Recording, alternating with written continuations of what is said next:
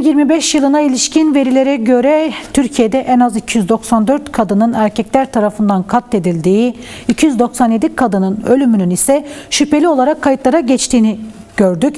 Ancak şüpheli ölümlerin de aslında failleri açığa çıkmayan yargının üzerinde durmadığı için şüpheli olarak kalan ölümler olduğunu biliyoruz değerli Tülin. Havin Aşkan da o kadınlardan biriydi ve siz de buna ilişkin bir toplantı da gerçekleştirdiniz. Öncelikle bu konuyla ilgili değerlendirmelerinizi alabilir miyiz? Havin 2024 Aralık 23'te yaşadığı evde birlikte yaşadığı eşi tarafından cansız bedeni bulunuyor. Kolluğa, kendisi de bir kolluk mensubu bu şahıs. Önce kendi arkadaşlarına haber veriyor. Kendi arkadaşları geliyor, daha sonra savcı geliyor. Direkt işte Havin 1.70'in üzerinde uzun boylu bir kadın arkadaşımız, 69 kilo. Bunlar adli tıp raporundaki veriler. Kendini 2 tane eşarpla kapı koluna asılmış olduğunu söylüyor eşi ve bu yönde dosya hazırlanıyor. Hiçbir olay yeri inceleme yok. Şahısa yönelik herhangi bir ifadesi alınması, telefonuna el konması, olay yerinin bir olay yeri diye kapatılması, hiçbir şey yok. O şekilde Havin intihar etti diye gönderiliyor. Havin'in ailesi bize Ocak ayı gibi, 2025 Ocak ayı gibi müracaat ettiğinde biz mahalleye de gittik. O evi de gördük. Hani bunun çıplak gözle bile, hani bir hukukçu ya da bilirkişi olmanıza gerek yok. Bunun bir aslında cinayet olduğunu çok net görebiliyorsunuz. Çünkü bizim verilerimize göre 297 şüpheli kadın ölümü var.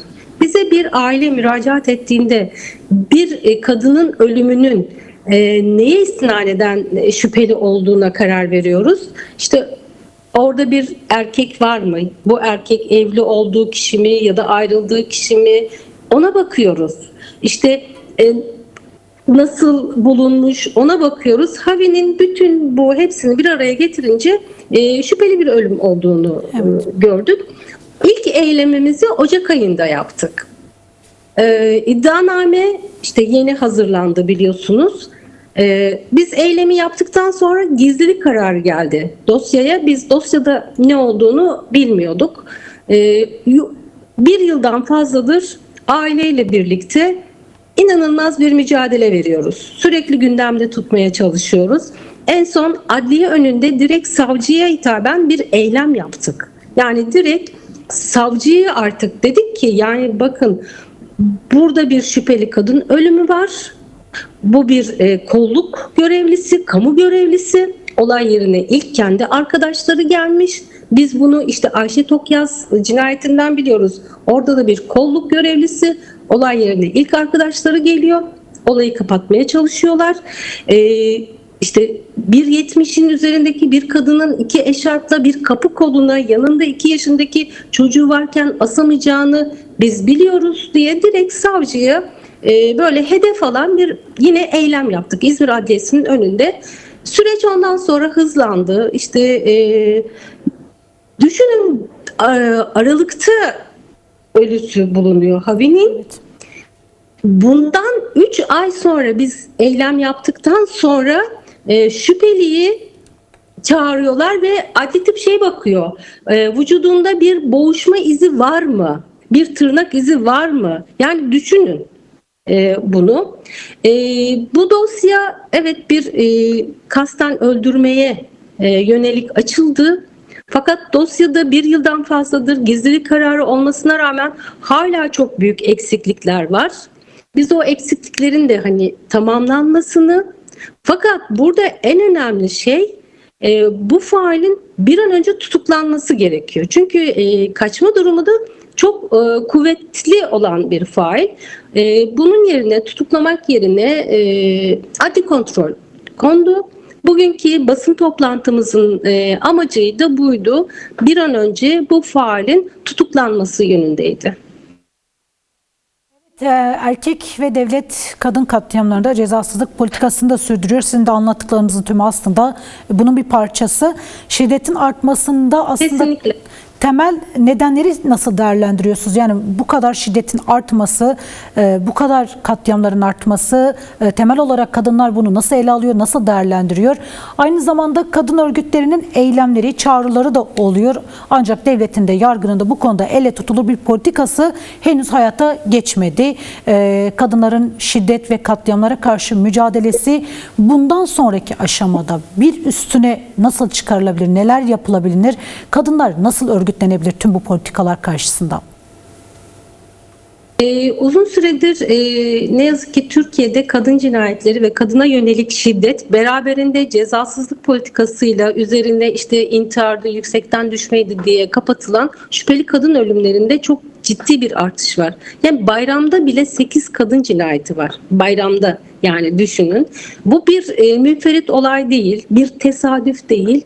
Bu tamamen çok uzun yıllardır bizi yöneten siyasi iktidarın kadın düşmanı politikalarından kaynaklanıyor.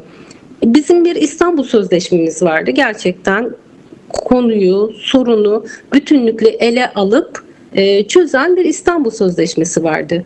Onu etkin uygulamak yerine bir gecede sırf seçim kazanmak uğruna 2023 yılında Cumhurbaşkanlığı seçimini almak uğruna kadın düşmanı ittifaklar yaptılar. Yani o bir gecede İstanbul Sözleşmesi'nden çıkıldı. Arkasından İstanbul Sözleşmesi'ne entegre olan hani bizim bir iç hukukumuz var. 6284'ümüz var. Kadınları gerçekten koruyan bir iç hukukumuz var. Bu etkin uygulanmıyor hiçbir şekilde. Yani şiddet mağduru bir kadın karakola gittiğinde o karakollardan gerçekten gönderiliyor. Yani bu böyle hani bir rivayet falan değil. Biz o kadınlarla birlikte mücadele verdiğimiz için söylüyoruz. Korunamayan, öldürülen kadınların yargılama süreçleri çok uzun sürüyor ve oradan da artık gerçekten korkunç cinsiyetçi bir kararlar çıkıyor. Düşünün hani 21 yaşındaki bir kız, bir genç kadın cinsel ilişkiyi reddettiği için adam öldürüyor. Bunu ilk yani yerel mahkeme İzmir'de dedi ki evet bu öldürmüş ama sebebi de işte cinsel ilişkiyi reddettiği için. Eğer cinsel ilişkiyi kabul etseydi diyor öldürülmeyecekti. Buradan haksız tahrik verdi biliyor musunuz? Bak korkunç bir şey. Yani ve bu haksız tahriki Yargıtay da onayladı. Şimdi bu beraberinde korumayan kadınlar öldürüldüğünde beraberinde de yargıda da cinsiyetçi kararlar, ataerkil kararlar verildiğinde bu kadınların hani öldürülmesini münferit diyebilir miyiz? Tabii ki değil. Bu tamamen bizi yöneten siyasi iktidarın kadın düşmanı politikalarından. Ama bunun karşısında gerçekten de Türkiye'de çok uzun yıllardır örgütlü bir kadın mücadelesi var. Gerçekten hani yine de bütün bu olumsuz kararlara rağmen mücadelemizle açığa çıkardığımız bir sürü işte şüpheli kadın ölümü var. Havin'deki gibi. İşte İzmir'de yine bir Duygu Bölükbaşı var. Beraatle sonuçlandı ama mücadelemizle istinaftan döndürdük. Bunun beraberinde de evet ciddi bir kadın mücadelesi var. Çünkü artık kadınların kaybedecek hiçbir şeyi kalmadı. Yani geleceğimizle ilgili karar aldığımızda öldürülüyoruz. O yüzden de artık hani hiçbir şeyimiz yok.